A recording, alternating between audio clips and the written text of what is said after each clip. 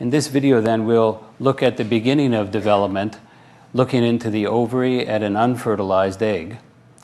It then gets fertilized by sperm which travel down the fallopian tube. So here millions of sperm coming along.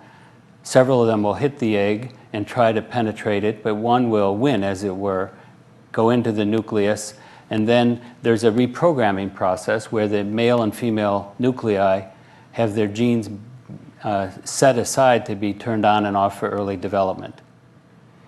Here you see early cleavage stages occurring, and this is one of the early growth phases. As the embryo moves down the fallopian tube, it's going to form an important stage called the blastocyst here in a few seconds. Of course, in real life that takes days, about 5 days. At this stage then, I'd like to draw your attention to the inside of the blastocyst, where there are cells called the inner cell mass, which I'll be abbreviating as ICM. Those are the cells that make the entire animal, and the outer cells give rise to the placenta and other supporting tissues. At this stage, the embryo implants into the wall of the uterus. This is when a pregnancy is really initiated. And now we'll see those blue inner cell mass cells form a disc, and then as the cells continue to grow, they change their physical positions, their kind of geographical relationship to one another.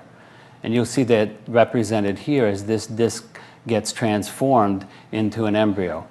Those lines represent sites where cells are migrating in and out. And here's an important stage when the 3 beginning layers of the embryo, the so-called germ layers, are formed, and I'll come back to that in a few minutes. As development proceeds, there's more growth and movement of cells. It'll begin to form a neural tube. Here it turns, and appendages start to bud out.